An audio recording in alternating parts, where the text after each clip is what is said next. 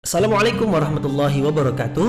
Mari klik subscribe di channel ini dan aktifkan tanda loncengnya untuk mendapatkan update pemberitahuan di video berikutnya.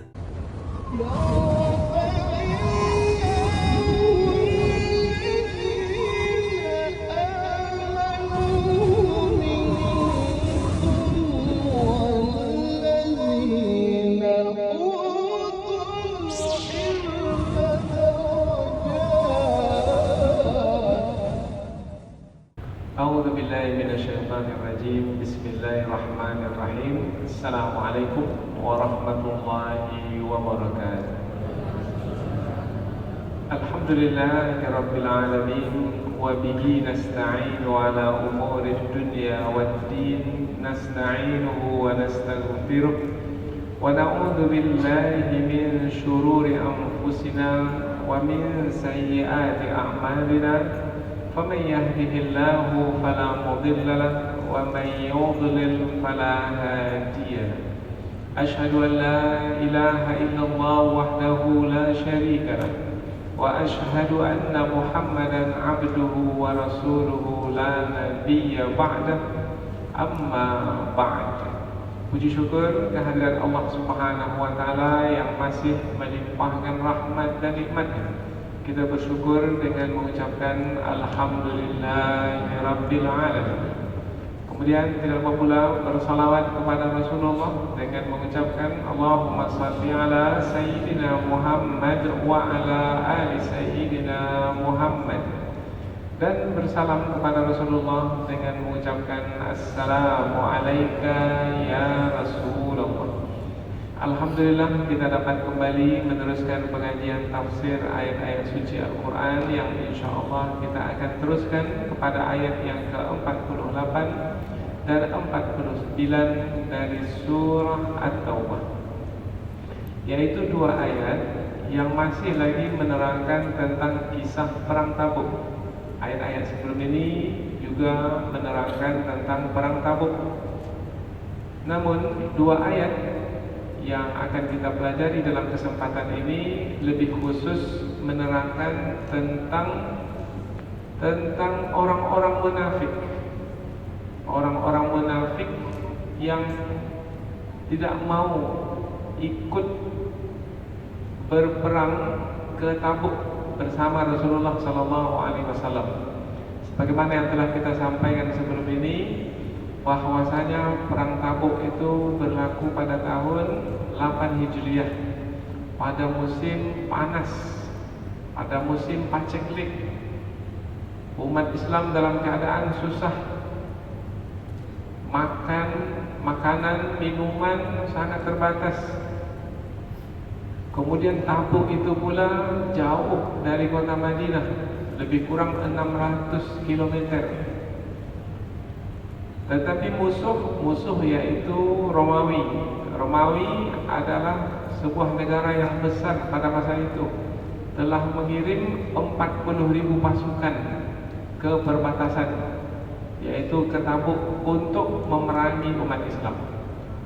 Maka apabila Rasulullah mendengar bahwasanya musuh telah datang menyerang, maka mesti musuh itu diperangi.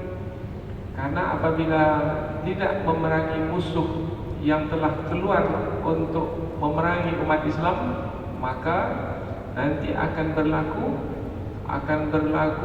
fitnah yang lebih besar, keburukan yang lebih besar. Al-fitnatu asyaddu minal qatl. Sesungguhnya fitnah adalah lebih dahsyat dari pembunuhan. Pembunuhan yang berlaku dalam perang tidaklah sedahsyat fitnah yang akan berlaku, yaitu apabila musuh memerangi umat Islam, kemudian umat Islam tidak memerangi mereka, maka mereka akan mudah menguasai umat Islam, menindas, menganiaya umat Islam. Bukan hanya itu, umat Islam tidak akan dapat menjalankan syariat Allah, tidak akan dapat menjalankan agama Islam dengan baik. Dan itu adalah fitnah yang lebih besar. Maka apabila musuh sudah datang menyerang, maka tidak boleh umat Islam untuk lari dari panggilan jihad. Mesti berperang. Berperang karena Allah. Meskipun jauh, Tabuk 600 km mesti didatangi juga untuk menghadapi musuh. Maka Rasulullah menyeru supaya umat Islam berangkat keluar ke Tabuk untuk berperang. Tetapi banyak dari kalangan yang mengaku beriman tapi sebenarnya tidak beriman, tak mau ikut berperang, meminta izin kepada Rasulullah supaya tidak ikut berperang. Siapa mereka itu? Orang-orang munafik. Karena orang-orang munafik ini adalah orang-orang yang sebenarnya mengaku beriman di mulut saja, tetapi sebenarnya di hati mereka itu bukanlah orang-orang yang ada iman di dalam hati mereka. Wa minan nas, dan di antara manusia, may yaqulu amanna billahi wa bil yaumil akhir. Ada di antara mereka itu yang mengatakan kami beriman kepada Allah dan hari akhirat. Wa ma hum bimu'minin, dan tidaklah mereka itu orang-orang yang beriman. Nah, tentang orang-orang munafik telah disebutkan dalam ayat sebelum ini, bahwasanya andaikan orang munafik itu berangkat keluar juga bersama orang beriman untuk berperang, maka nanti di medan perang mereka ini hanya buat kacau saja, hanya melakukan kekacauan saja. Mereka akan memecah belah barisan umat Islam nanti di dalam perang. Dan ada di antara mereka itu yang pandai bercakap, pandai berbicara, dan bisa mempengaruhi umat Islam yang kurang pengetahuan, yang lemah keimanan. Dan berarti orang-orang munafik yang pandai berbicara kalau ada di tengah-tengah umat Islam, apalagi dalam perang, dalam suasana perang, di medan perang, maka pastinya itu adalah keburukan. Maka kebersamaan orang-orang munafik dalam barisan umat Islam di medan perang itu adalah buruk sekali. Maka ada hikmahnya juga. Mereka tidak pergi berperang bersama dengan umat Islam ketika perang Tabuk dahulu. Mereka minta izin kepada Rasulullah supaya mereka diberi izin untuk tidak pergi berperang. Nah, tentang sifat tercela yang ada pada orang munafik, yaitu yang tidak mau berperang, takut mati, hanya mencari kepentingan duniawi. Kemudian kalaupun berada di tengah umat Islam, sebenarnya mereka menghendaki keburukan bagi umat Islam. Maka Allah menyebutkan sifat atau sikap buruk orang-orang munafik itu bukan hanya pada tahun 8 Hijriah ketika perang Tabuk saja, enggak. Itu sudah ada semenjak dahulu. Nah, ini ayat yang akan kita pelajari. Yaitu semenjak kapan? Nah, orang-orang munafik ini munculnya adalah semenjak Rasulullah sampai di kota Madinah. Kemudian banyak yang memeluk Islam, apalagi setelah perang Badar. Perang yang sangat membangkitkan semangat orang-orang beriman, karena jumlah mereka sedikit dapat mengalahkan musuh yang 3 kali lebih banyak. Kemudian peristiwa-peristiwa yang luar biasa berlaku, yaitu mukjizat yang Allah berikan kepada Rasulullah untuk menyatakan kerasulan Nabi Muhammad SAW, turunnya para malaikat, dan banyak peristiwa yang luar biasa. Maka membuat orang-orang yang tadinya tidak beragama Islam memeluk agama Islam, dari kalangan orang-orang Yahudi, dari kalangan orang-orang Nasrani, dari kalangan orang-orang yang menyekutukan Allah, dari kalangan penduduk negeri Madinah. Mereka memeluk Islam. Ada yang memeluk Islam dengan benar, memeluk Islam, maka baguslah keislaman mereka, betul-betul sebagai orang-orang beriman.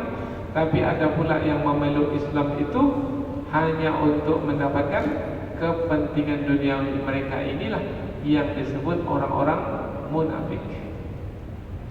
Nah, orang-orang munafik sudah ada sebelum perang Tabuk lagi. Apabila perang Tabuk itu 8 Hijriah, perang Badar itu berapa Hijriah? 2 Hijriah.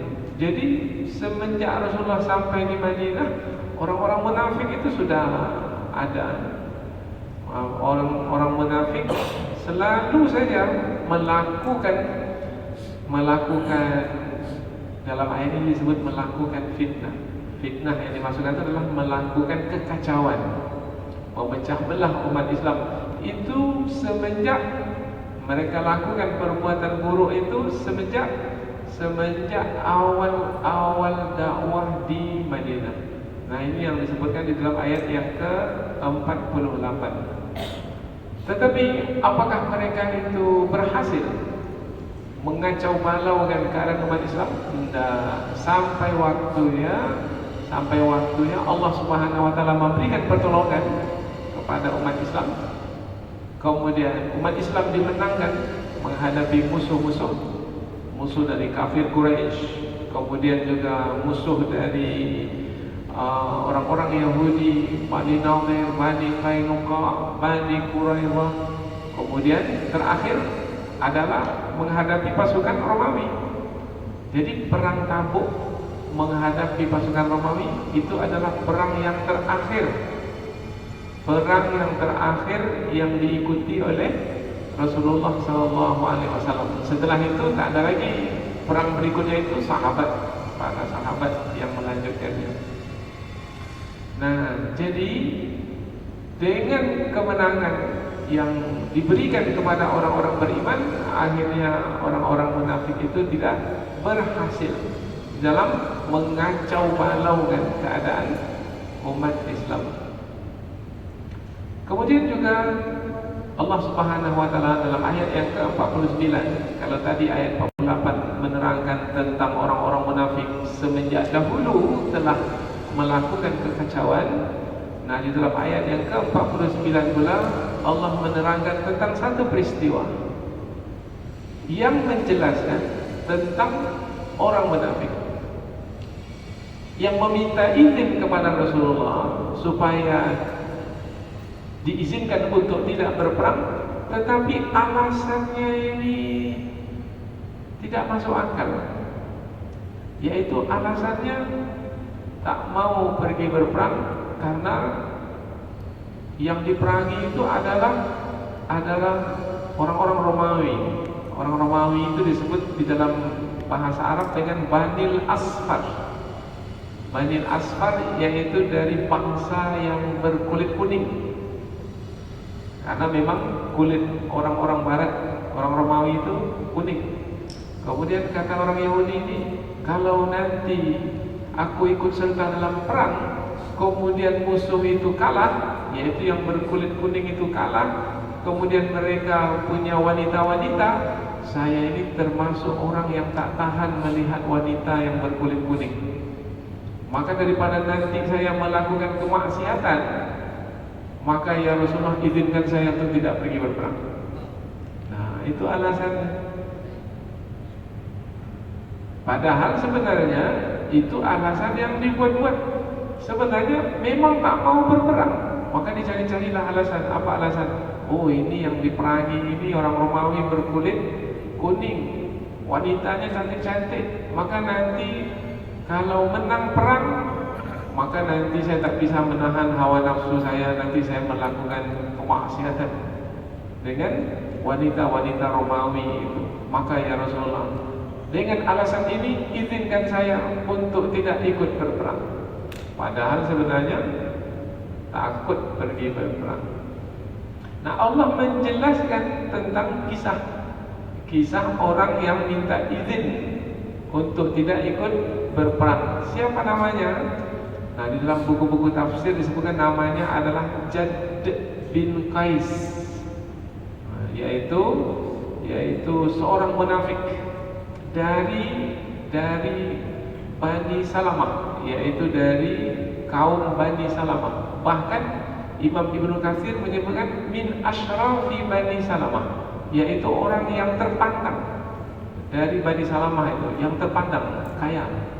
Kemudian dia tidak ikut berperang disebabkan karena sebenarnya takut mati di medan perang. Dan orang munafik memang takut mati. Orang beriman tak takut mati. Orang beriman malah mencari mati. Karena mati di medan perang, mati syahid.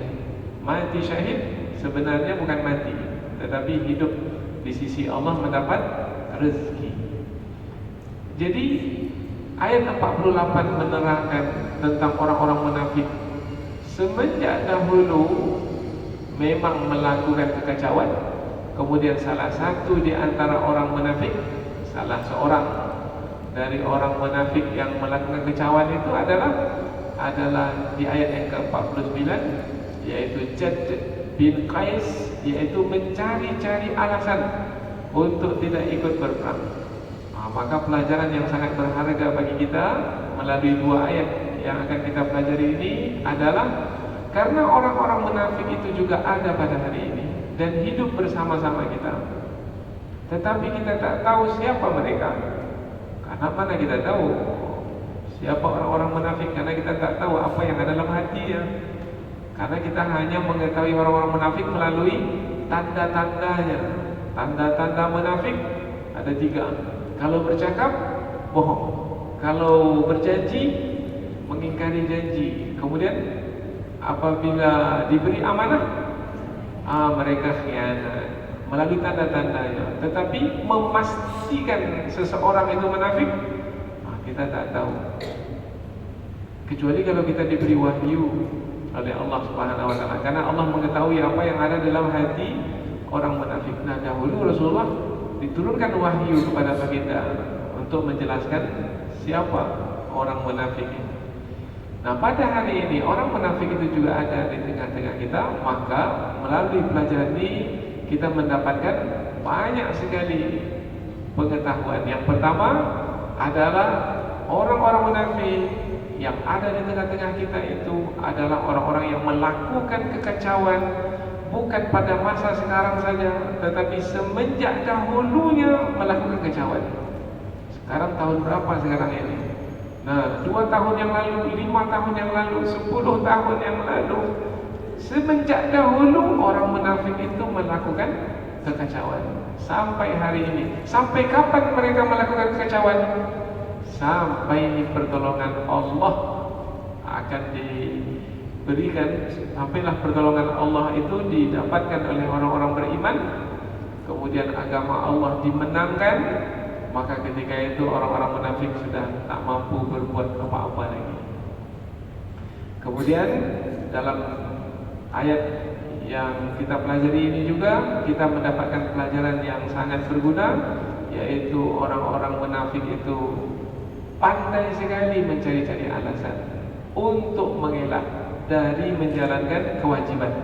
Apabila pada masa dahulu kewajiban pergi berperang, maka mencari-cari alasan. Sekarang pun juga begitu. Orang-orang munafik pandai sekali mencari-cari alasan sehingga tidak menjalankan kewajiban. Ada saja alasannya. Dan mereka ini nanti kita akan sampaikan melalui tafsir ayat. Mereka ini pandai sekali menggunakan akal mereka, memutar otak mereka untuk memberikan alasan-alasan kepada orang-orang beriman, sehingga orang-orang beriman menjadi tertipu dan terpedaya oleh alasan mereka. Betul juga lah, bisa diterima lah. Padahal sebenarnya mereka membalikkan fakta. Kata membalikkan ini ada disebut dalam ayat ini. Kalau disebut membalikkan, bermakna yang atasnya ke bawah, yang bawahnya ke atas. Itu namanya membalikkan. Membalikkan fakta, yang benar diperlihatkan salah, yang salah diperlihatkan benar. Nah, mereka pandai sekali memperlihatkan sesuatu itu sehingga seperti sebaliknya, bukan yang sebenarnya. Inilah dia 2 ayat yang akan kita pelajari dalam kesempatan ini. Sebelum kita melihat kandungan ayat melalui tafsirannya, terlebih dahulu kita akan membacanya dan menerjemahkannya kata per kata. Tujuannya supaya kita lebih dekat lagi dengan ayat yang akan kita pelajari. Allah Subhanahu wa taala berfirman, A'udzu billahi minasyaitonir rajim. Laqad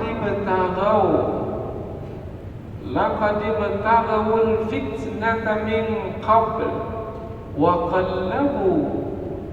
qallabu lakal umur hatta ja'al haqqu wa dhahara amrullah wa hum karihun wa minhum man yaqulu dhalli wa la taftinni ala fil fitnati saqatu wa inna jahannama la muhitatun bil kafirin. Allah berfirman, laqad, sesungguhnya, ibtaghaw maknanya mereka mendapatkan atau mencari. Ibtagha yabtaghi, mencari atau mendapatkan. Al-fitnah, mendapatkan fitnah, mencari fitnah, fitnah kekacauan. Min qabl, dari dahulu. Dari dahulu maknanya, kalau ayat ini berkaitan dengan perang Tabuk pada tahun 8 Hijriah, dari dahulu, dari sebelum ini, dari awal dakwah di kota Madinah.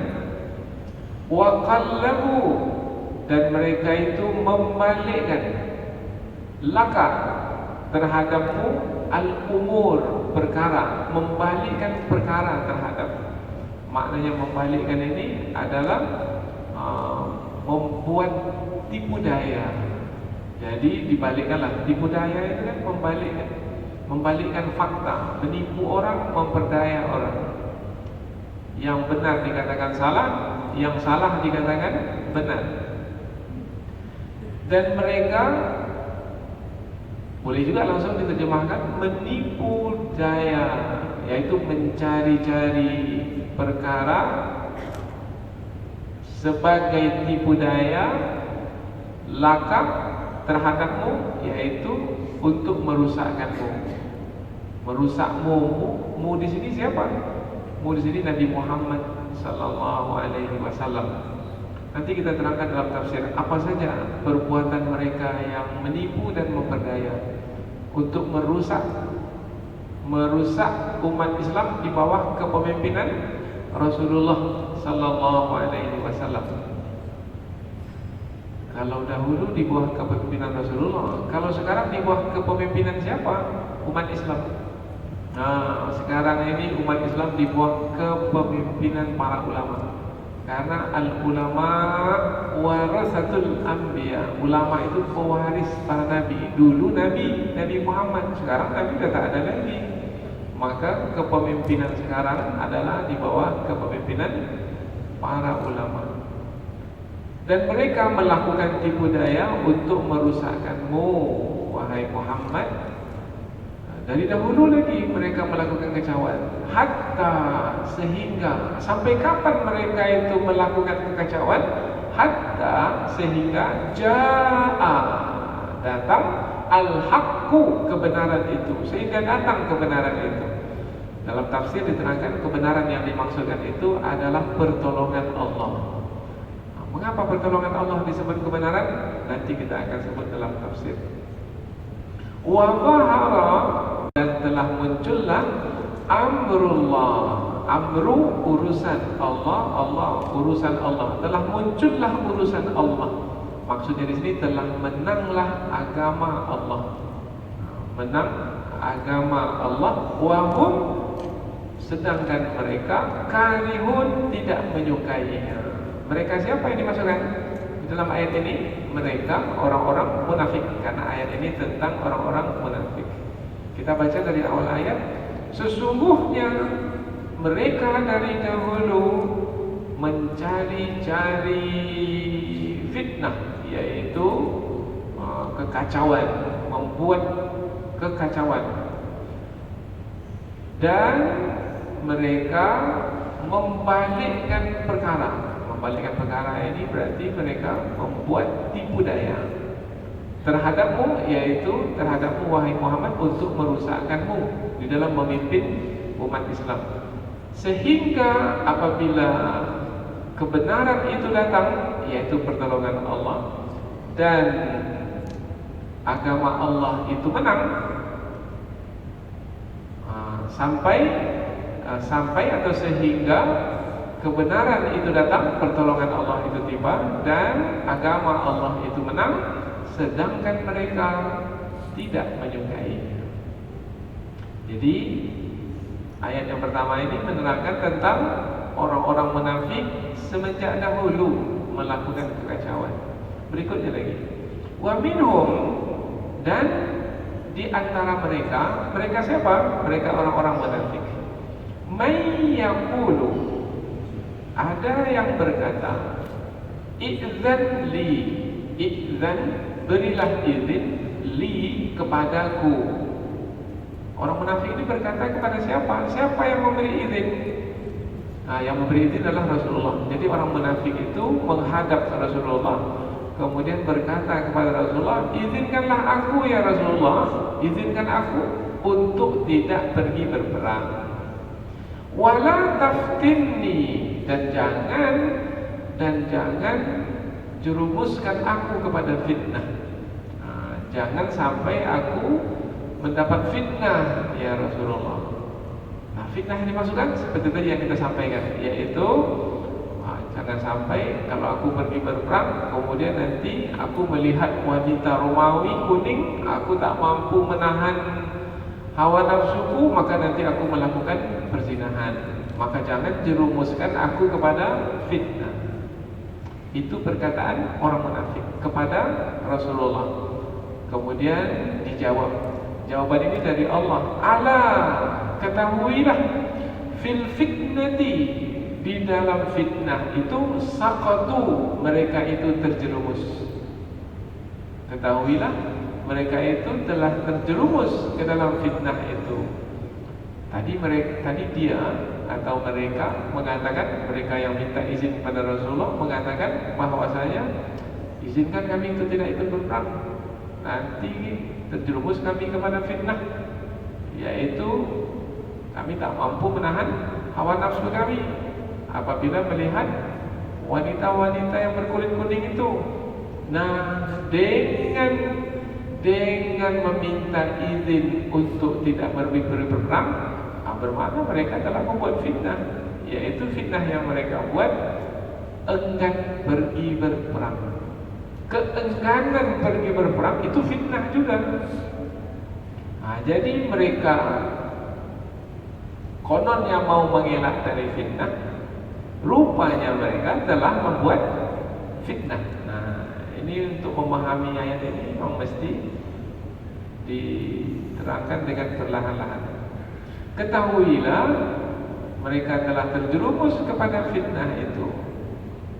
Wa inna, dan sesungguhnya jahannam, neraka jahannam, la muhitatun, sungguh meliputi bil kafirin, terhadap orang-orang kafir. Kita baca dari awal ayat. Dan di antara mereka ada yang berkata, izinkanlah aku ya Rasulullah untuk tidak ikut berperang, dan jangan jerumuskan aku kepada fitnah. Ketahuilah, sesungguhnya mereka telah terjerumus kepada fitnah, dan sesungguhnya neraka jahannam sungguh meliputi orang-orang kafir. Jadi ayat yang ke-49 ini menerangkan tentang contoh dari orang munafik yang pada masa Rasulullah dahulu meminta kepada Rasul supaya diizinkan untuk tidak pergi berperang, kemudian mencari-cari alasan. Alasannya adalah seperti yang disebutkan dalam ayat ini, yaitu nanti takut melakukan keburukan apabila nanti melihat wanita Romawi. Tapi itu adalah alasan yang mereka ada-adakan. Inilah dia dua ayat yang akan kita pelajari dalam kesempatan ini. Membacanya sudah, dengan membaca kita mendapatkan pahala dari setiap huruf yang kita baca, yaitu setiap huruf itu 10 pahala. Berapa banyaknya huruf yang kita baca tadi? Kalikan 10, maka kita telah mendapatkan banyak pahala dari membaca. Mudah-mudahan dengan banyak pahala, banyak kebaikan yang akan kita dapatkan. Pikiran kita dijernihkan, hati kita disucikan, sehingga mudah bagi kita untuk memahami apa yang terkandung dalam dua ayat ini untuk kita jadikan pelajaran di dalam hidup kita, khususnya menghadapi orang-orang munafik. Jangan sampai tertipu dan terpedaya oleh orang-orang munafik. Mereka ini pandai sekarang. Pada hari ini mereka menggunakan media massa. Mereka punya televisi, maka mereka sampaikan propaganda melalui televisi mereka.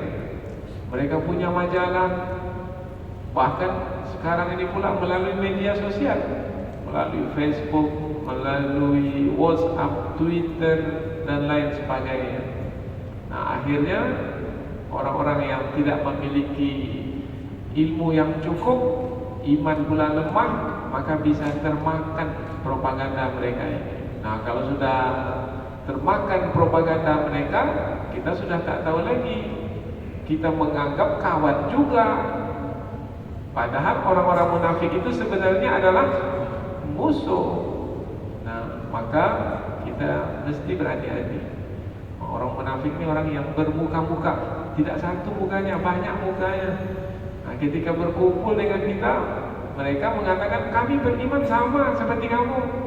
Tetapi ketika sudah berpaling dari orang-orang beriman, mereka sesama orang-orang munafik mengatakan kami ini sama juga seperti kamu, yaitu kami ini munafik saja, yaitu kami berbohong, kami ini dalam kekufuran sama seperti kamu, wahai orang-orang kafir. Nah, ini disebutkan di awal-awal surah Al-Baqarah. Sudah lewat pembahasan kita ini tentang orang-orang munafik. Mesti kita dapatkan pelajaran supaya kita menjadi berwaspada, berhati-hati, karena mereka ini menggunting dalam lipatan. Tak terasa kain itu sudah terpotong-potong di dalamnya, karena dia menggunting dalam lipatan. Di luarnya nampak tak ada apa-apa, rupanya habis dipotong di dalam, karena dia menyusup, menyelinap, kemudian memotong dalam lipatan. Kemudian juga menipu. Ada tujuannya menipu itu, tujuannya untuk menangkap anak ayam. Nah, maka disebut juga istilahnya musang berbulu ayam. Dia musang, tetapi dia tukar bulunya itu dengan bulu ayam. Jadi perkataan dalam peribahasa kita itu untuk menerangkan orang-orang munafik ini orang yang menipu, mengatakan kepada kita, demi Allah saya sahabatmu, saya ini menginginkan kebaikan untukmu, tapi sebenarnya sumpahnya sumpah palsu, sampai menangis juga itu, keluar air matanya, tapi air matanya air mata buaya. Ya, maka pandai sekali mereka bermain untuk menipu dan memperdaya. Inilah dia dua ayat yang akan kita pelajari, yaitu berkaitan dengan orang-orang munafik. Kita mulai dari ayat yang ke-48 tentang orang-orang munafik yang semenjak dahulu melakukan kekacauan untuk memecah belah barisan umat Islam. Apabila ayat ini berkaitan dengan perang Tabuk pada tahun 8 Hijriah, maka sesungguhnya melalui ayat ini Allah menyebutkan orang-orang munafik itu melakukan kekacauan bukan sekarang, pada tahun 8 Hijriah ini. Sebelum ini sudah melakukan kekacauan. Untuk penekanan, maka ayat itu dimulai dengan laqad. Maka la yang ada di pangkal ayat itu namanya lamun ta'kid. Nah, lam ta'kid itu posisinya, kedudukannya sama dengan sumpah. Nah, sumpah berarti untuk memberikan penekanan. Nah, kapan biasanya kita bersumpah? Kalau orang itu nampak ragu-ragu dengan apa yang kita sampaikan, Maka kita pun bersumpah, demi Allah betul apa yang saya sampaikan ini. Kawan itu pula kalau sudah dengar demi Allah itu, iyalah percaya sajalah. Ini dah bersumpah dia. Jadi tujuan bersumpah itu adalah untuk penekanan. Begitu juga dalam ayat ini, laqad, sungguh, bermakna ini sama seperti sumpah dalam penekanannya. Allah ingin menjelaskan bahwasanya orang-orang munafik bukan sekarang saja melakukan kecauan, semenjak dahulu melakukan kecauan. Sungguh mereka itu ibtaghau, mencari-cari, ibtagha, mencari-cari. Wa may yabtaghi ghairal islami dinan, barang siapa yang mencari-cari agama selain agama Islam, fala yuqbal minhu, maka tidak akan diterima darinya. Ada kata yabtaghi. Begitu juga dalam ayat ini, ibtaghaul fitnah. Mereka itu mencari-cari untuk mendapatkan apa? Keburukan yang bisa didatangkan, yang bisa dimunculkan, dihasilkan untuk memecah belah umat Islam ini. Karena kekuatan umat Islam itu adalah pada persatuan mereka. Persatuan itu mendatangkan kekuatan. Nah, kekuatan itu dengan kekuatan iman yang ada pada mereka, persatuan mereka menjadi kuat, maka pertolongan Allah pun tiba. Janji Allah pun akan ditunaikan oleh Allah Subhanahu wa taala, karena mereka telah memenuhi syarat untuk mendapatkan pertolongan. Nah, orang-orang munafik tak mau itu berlaku, maka mereka memecah belah persatuan umat Islam. Pada hari ini ada orang yang memecah belah persatuan umat Islam. Ada, didirikannya yayasan peduli pesantren. Tujuannya adalah untuk memecah belah para ulama, yaitu dengan iming-iming harta benda. Dan begitu juga mereka membuat kelompok-kelompok yang dengan kelompok-kelompok itu nampak seperti banyak suara, sehingga umat Islam menjadi kacau dibuat. Pandai sekali mereka mencari-cari. Nah, mencari-cari itu ittaghawul fitnata min qablu. Min qablu maknanya dari dahulu. Dari dahulu berarti menyampaikan kepada Rasulullah. Ayat ini dari Allah disampaikan kepada Rasulullah, wahai Muhammad, orang munafik itu bukan sekarang saja mengacaukan barisan umat Islam, semenjak dahulu lagi. Nah, mengacaukan al-fitnah. Fitnah di sini di dalam tafsir disebutkan mengacaukan. Boleh. Fitnah itu adalah sesuatu yang berlaku yang tujuannya adalah sebagai ujian bagi orang-orang beriman. Jadi keberadaan orang-orang munafik di tengah-tengah orang beriman itulah untuk menguji orang-orang beriman. Siapa yang termakan tipu daya orang munafik gagal ujian.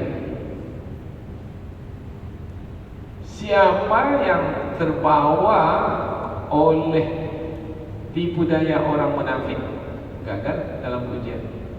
Oh, berarti keberadaan orang-orang munafik adalah sebagai penyeleksian juga rupanya, yaitu siapa orang-orang beriman yang sebenar-benarnya beriman dan siapa yang sebenarnya gagal dalam membuktikan diri sebagai orang beriman. Nah, jadi orang-orang munafik itu adalah sebagai yang membuat fitnah, kekacauan. Yang kekacauan itu pula hikmahnya adalah untuk penyeleksian. Jadi akan terseleksi nanti siapa orang-orang beriman yang sebenarnya beriman. Kalau kita buat kepada kata pejuang, siapa pejuang yang sebenarnya berjuang dan siapa yang sebenarnya mengaku-ngaku berjuang. Kalau beriman, yang mengaku-ngaku beriman. Jadi keberadaan orang munafik itu ada hikmahnya juga ya. Hikmahnya adalah untuk penyeleksian. Laqad ibtaghawul fitnata min qabl. Sesungguhnya dari dahulu mereka itu sudah membuat-buat kekacauan, cari-cari kekacauan untuk mengacau balaukan persatuan umat Islam. Wa qallabu lakal umur. Wa qallabu, dan qallabu membalikkan. Tadi sudah kita terangkan makna membalikkan. Membalikkan maknanya yang atas ke bawah, yang bawahnya ke atas. Mengapa mereka balikkan?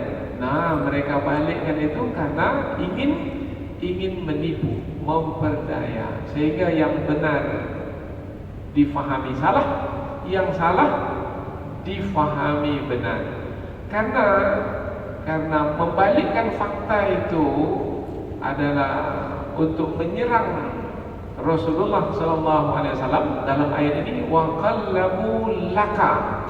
Laka di situ terhadapmu, mu di situ Nabi Muhammad. Maka ada di antara ulama tafsir menjelaskan membalikkan fakta itu untuk menyerang kepribadianmu atau menyerang kepemimpinanmu. Kalau menyerang itu tujuannya apa? Merusak.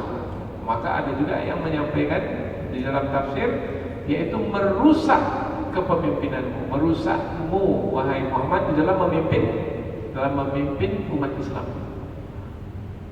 Umpamanya apa? Contohnya, umpamanya seperti yang berlaku dalam perang Uhud. Nah, yang berlaku dalam perang Uhud, mengapa banyak umat Islam itu yang terbunuh dalam perang Uhud? Sebab ada yang ikut perang itu orang-orang munafik. Yang mana orang-orang munafik itu tidak mau bertahan di medan perang. Malah mereka meninggalkan medan perang, meninggalkan Rasul. Rasul sudah terluka, mestinya mereka membela Rasul, membantu Rasul, menolong Rasul, melindungi Rasul. Tapi mereka pula lari dari perang. Nah, lari dari perang ini mengacaukan barisan.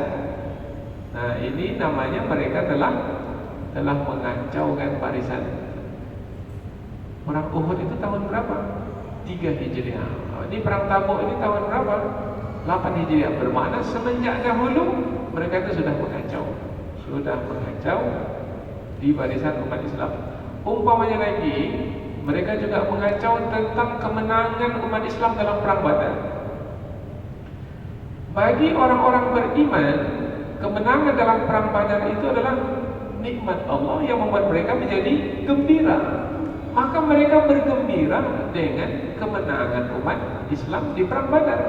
Tapi orang-orang munafik ini menjadi sedih, menjadi berduka cita dengan kemenangan umat Islam di perang Badar.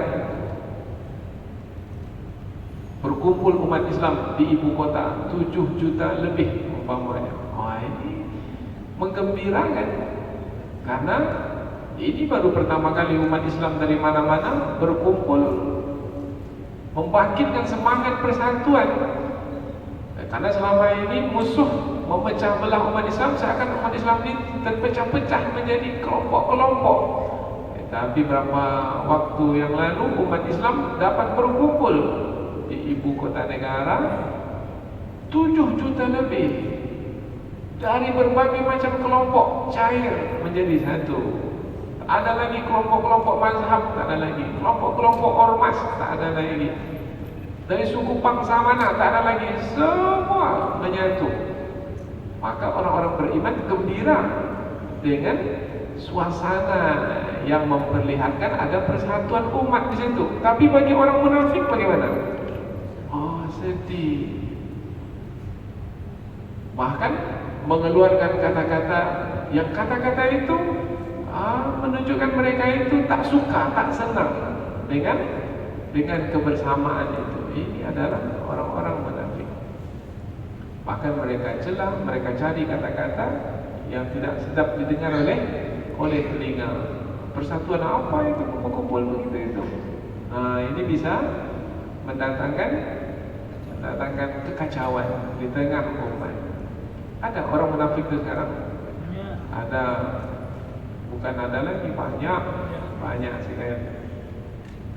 Tapi sampai kapan mereka itu melakukan kekacauan? Apakah selama-lamanya mereka bisa melakukan kecauan. Dah, sampai waktunya, sampai kapan? Hatta. Maka ada penggunaan hatta. Hatta itu maknanya lil ghayah. Lil ghayah maknanya menerangkan batas. Bukan selama-lamanya, ada batasnya. Yaitu kapan batasnya? Batasnya yaitu hatta ja'al haqq. Batasnya apabila pertolongan Allah telah datang. Jadi kalau pertolongan Allah telah datang, kemenangan didapatkan, maka orang munafik sudah tidak mampu lagi untuk melakukan tipu daya. Berakhir sudah tipu daya mereka itu tak menjadi. Wa dhahara amrullah, dan menanglah agama Allah. Jadi ada dua, ja'al haqqu, datanglah pertolongan Allah. Pertolongan Allah di dalam ayat ini digunakan kata al-haqq. Al-haqq maknanya kebenaran.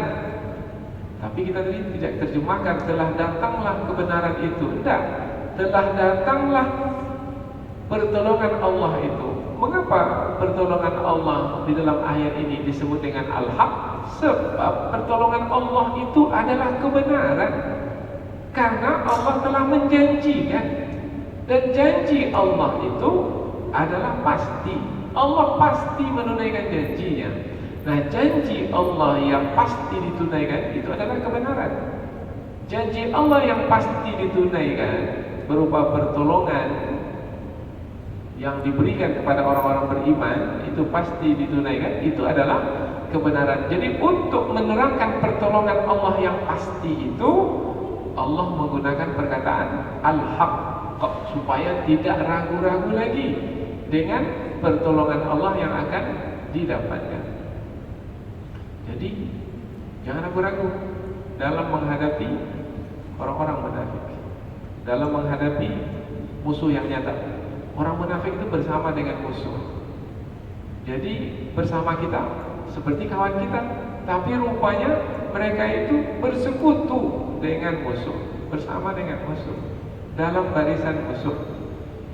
Wa dhahara amrullah, dan dimenangkanlah agama Allah.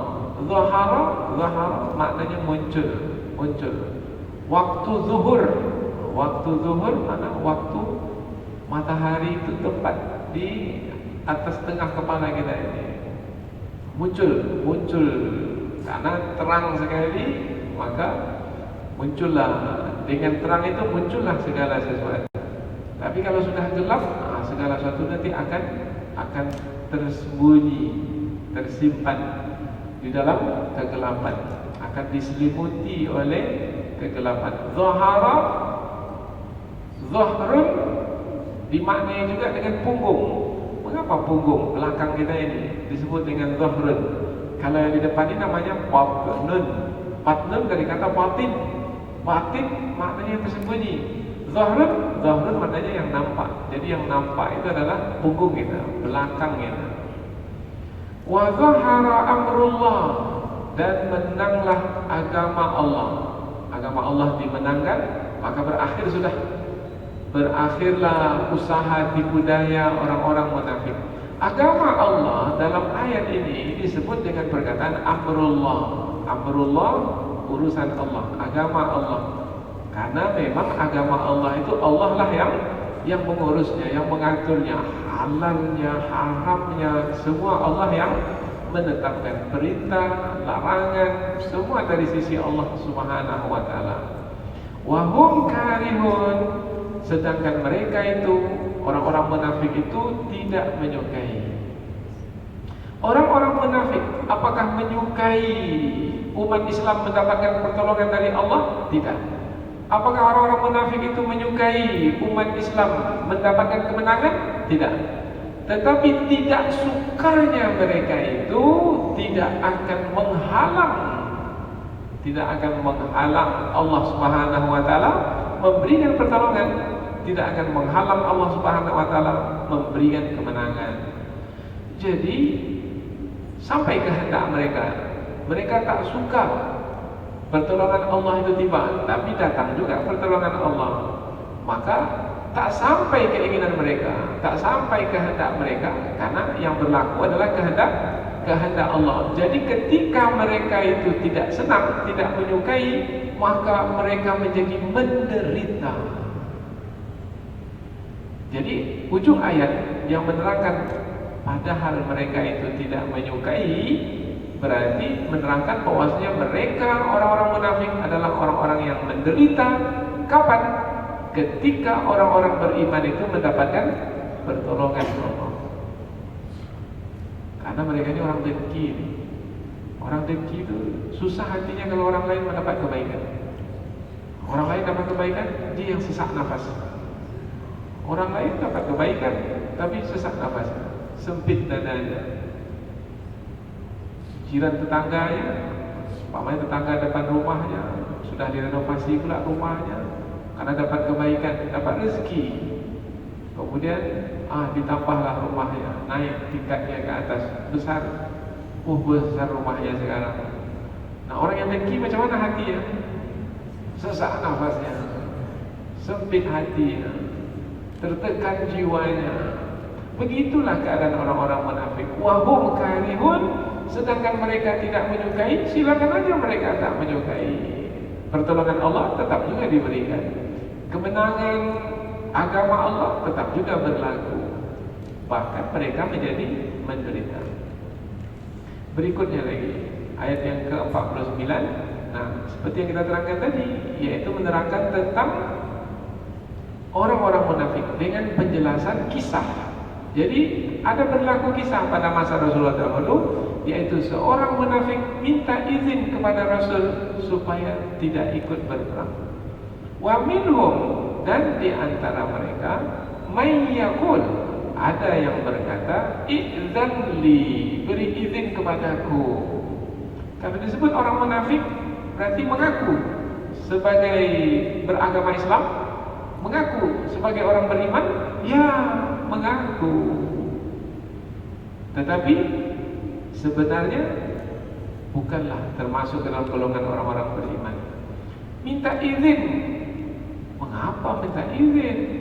Sebenarnya kalau terdengar ada seruan berjihad, itu jangan minta izin untuk tidak pergi, malah bersiap sedia untuk pergi. Itu tanda beriman. Tanda beriman menanti kapan ini seruan jihad ini akan diserukan ini. Menanti-nanti seruan jihad, itu sifat orang beriman. Ini pula minta izin untuk tidak pergi berperang. Ketahuan betul ini munafik. Sangat terang sekali. Tetapi yang menariknya dalam ayat ini adalah kata wala taftinni, jangan jerumuskan aku ke dalam fitnah ya Rasulullah. Jadi pertama minta izin untuk tidak pergi berperang, kemudian menyampaikan aku tak pergi berperang wahai Rasul supaya aku tak dapat fitnah yang bisa menjerumuskanku kepada kehinaan, yaitu nanti aku bisa melakukan perzinahan. Apa halmu wahai, tadi siapa namanya? Jad bin Qais. Apa halmu wahai Jad bin Qais? Kauku tahu tentang aku ya Rasulullah. Dibawa-bawa kau pula. Semua mereka tahu aku ni lelaki yang tak bisa menahan hawa nafsuku kalau aku melihat ada wanita yang cantik. Apalagi Bani Asfar Romawi adalah orang yang berkulit kuning. Mereka cantik-cantik ya Rasul. Kau tahu bahwasanya aku adalah laki-laki yang tak bisa menahan, maka daripada nanti aku melakukan kejahatan, izinkan aku untuk tidak pergi berperang ya Rasul. Dalam tafsir Imam Al-Baghawi disebutkan, nah sebagai penggantinya aku tidak pergi berperang, ini hartaku kuberikan untuk biaya perang. Dia tak pergi, tapi dia berikan hartanya untuk menutupi kemunafikannya itu. Ada orang yang seperti itu sekarang? Ada juga. Ada. Wala taftinni, dan jangan jerumuskan aku untuk melakukan fitnah. Bagaimana? Rasul izinkan atau tidak? Jad bin Qais ini dalam ceritanya Rasul izinkan. Rasulullah berpaling, kemudian Rasulullah izinkan. Rasulullah izinkan. Bukankah Rasulullah mengetahui bahwasanya ia munafik? Rasulullah mengetahui setelah Allah memberitahu. Setelah Allah memberitahu melalui wahyu. Oh, rupanya munafik dia, Allah dia memberitahu. Maka pada hari ini hati-hati juga, hati-hati juga. Karena orang jenis Chad bin Qais itu ada juga pada hari ini. Cuma namanya lain sekarang. Namanya mungkin sudah tidak Chad lagi, mungkin namanya ada lain lagi. Wala taftinni, dan jangan jerumuskan aku kepada fitnah itu, wahai Rasul.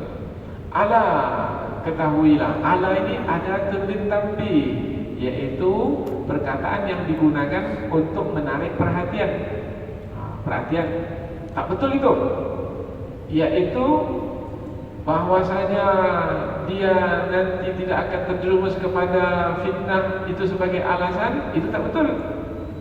Bahkan yang betul adalah dengan beralasan itu sebagai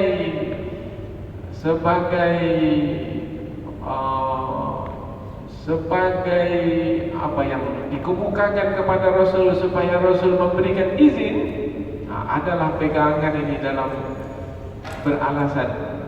Itu sebenarnya adalah membuktikan keengganannya untuk tidak pergi berperang, maka itulah fitnah yang sebenarnya. Jadi ketahuilah, fil fitnati saqatu, sungguh mereka itu telah terjerumus kepada fitnah. Jadi yang meminta izin itu kononnya mengelak dari fitnah, yaitu nanti takut melakukan kejahatan dengan wanita-wanita Romawi yang berkulit kuning. Sebenarnya dengan keengganan pergi berperang itu mereka telah jatuh ke dalam fitnah, ke dalam keburukan. Karena tidak ikut berperang itu adalah keburukan, itu fitnah ini, keburukan. Jadi mereka jatuh kepada keburukan. Kemudian kan belum berlaku lagi, belum pergi berperang lagi, belum lagi bertemu dengan wanita Romawi itu, belum tentu lagi menang pula lagi di medan perang. Kemudian membuat andaian di awal. Ini andaian ini nampak betul, andaian itu adalah sebagai mengelak dari pergi berperang. Maka orang munafik adalah orang yang mencari-cari alasan untuk tidak menjalankan kewajiban. Pandai betul dia. Jangan saya ya Rasul, orang lain saja lah. Tapi saya kasih uang saya nanti untuk biaya perang, tapi jangan saya ya. Kemudian bagaimana supaya Rasul memberikan izin? Kalau saya Rasul, saya ini orangnya lain ini. Nanti kalau saya lihat wanita cantik di sana, malah saya tak ikut berperang, nanti tak jadi saya, nanti hilang marwah umat nanti, karena saya boleh jadi tidak tahan sehingga melakukan kejahatan. Pandai berandai-andai. Ala fil fitnati saqatu, ketahuilah sesungguhnya mereka itu terjerumus ke dalam fitnah, telah terjerumus ke dalam fitnah, yaitu fitnah apa? Keengganan pergi berperang. Dan itu hanya dilakukan oleh orang-orang kafir saja, orang-orang munafik saja. Orang-orang beriman yang sebenarnya beriman tidak akan mungkin enggan berperang. Keengganan itu pula fitnah yang besar, lebih besar dari yang mereka sebut itu, yaitu kononnya takut melakukan kejahatan dengan wanita Romawi. Apa sebab keengganan itu lebih besar? Sebab keengganan itu sama dengan tidak taat kepada Allah dan Rasul. Karena yang memerintahkan berjihad siapa? Allah. Yang memerintahkan berjihad adalah Rasul. Kemudian enggan. Oh, itu fil fitnati saqatu, dalam fitnah yang besar itu mereka terjerumus. Kata terjerumus di dalam ayat ini saqatu. Saqatu ini maknanya jatuh sebenarnya. Kalau disebut jatuh dari mana ke mana? Dari atas ke bawah. Jadi seakan-akan mereka itu telah menjatuhkan diri dari tempat yang tinggi ke lembah hina. Nampak hina itu adalah keengganan mereka untuk tidak pergi berperang. Lalu ujung ayat, penutup dari ayat ini, wa inna jahannama la muhitatun bil kafirin, dan sesungguhnya neraka jahanam itu sungguh meliputi orang-orang yang kafir. Tadi disebutkan ayat ini menerangkan tentang orang-orang munafik, tetapi di ujung ayat pula Allah menyebut tentang orang-orang kafir, karena sebenarnya orang-orang munafik itu adalah orang-orang kafir. Jadi orang-orang munafik itu masuk dalam kumpulan orang-orang kafir. Karena kumpulan manusia itu dua saja, kumpulan orang-orang beriman, kumpulan orang-orang kafir. Hanya saja orang kafir ini dibagi dua. Orang-orang kafir yang menyatakan diri sebagai orang kafir, ada pula orang kafir menyatakan diri sebagai orang beriman. Nah, yang kedua ini orang munafik. Yang mana yang lebih buruk ini? Orang kafir yang terang-terangan menyatakan kafir, atau orang kafir yang menyatakan diri orang beriman? Mana yang paling buruk? Nah, orang kafir yang menyatakan diri orang beriman, ini paling buruk itu. Maka nanti di neraka jahanam tempat mereka di paling bawah. Nah, ayat ini pula menyebutkan la muhitatun, neraka jahanam itu meliputi mereka. Kalau disebut meliputi, bermakna dari mana-mana neraka jahanam, dari atas, dari bawah, dari kanan, dari kiri, dari seluruh arah. Nah, itu makna muhitatun. Dari seluruh arah api neraka itu membakar mereka. Ada di antara ulama tafsir menyebutkan mengapa disebut muhitah. Di sini penggunaan kata meliputi, sebab dulu perbuatan mereka, perbuatan jahat mereka itu yaitu meliputi, yaitu mereka itu berusaha, berupaya dengan tipu daya yang mereka buat untuk menghancurkan barisan umat Islam, mengacau balaukan barisan umat Islam, menghalang orang-orang beriman dari mengikuti kebenaran. Usaha mereka itu meliputi orang-orang beriman, maka nanti api neraka pula yang meliputi mereka. Nah, ini disebutkan di dalam kaidah al-jaza min jinsil amal, balasan sesuai dengan amalan. Nah, inilah dia pembahasan tentang dua ayat yang kita pelajari dalam kesempatan ini. Mudah-mudahan apa yang kita pelajari ini ada manfaatnya, insyaAllah, yaitu berkaitan tentang perbuatan buruk orang-orang munafik. Subhanakallahumma wa bihamdika, asyhadu an la ilaha illa anta wa astaghfiruka wa atubu ilaik. Wassalamualaikum warahmatullahi wabarakatuh.